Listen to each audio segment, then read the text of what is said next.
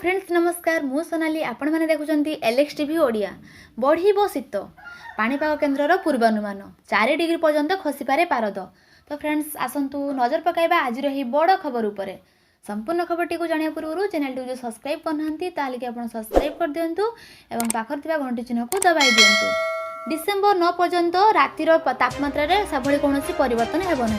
पाग मुख्यतः शुखिला केतक स्थान में घन कुड़ी लगी एवं गोटे बा दुईटी स्थान में कुड़ीर परिमाण एते हेब जे रास्ताघाट ठीक भाव देखा ना।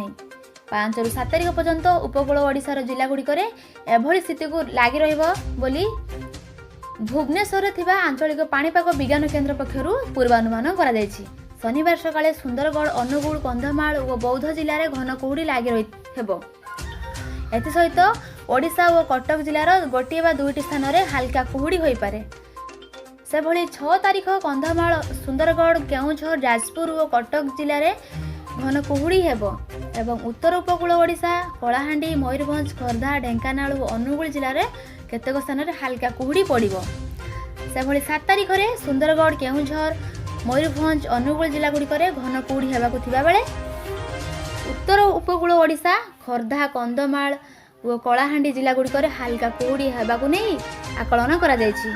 अन्य पक्षरे गत 24 घंटा मध्य सोनपुर रे राज्यर सर्वनिम्न तापमात्रा 8.4 डिग्री रेकर्ड करा जायछि।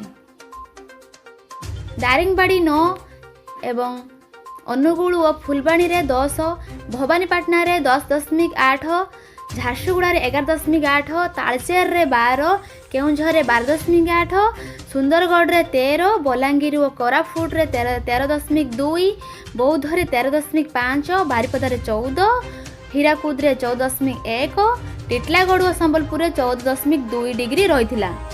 तो फ्रेंड्स आपन को यही वीडियोटी भल लगुले लाइक करंतु एवं अधिक शेयर करंतु।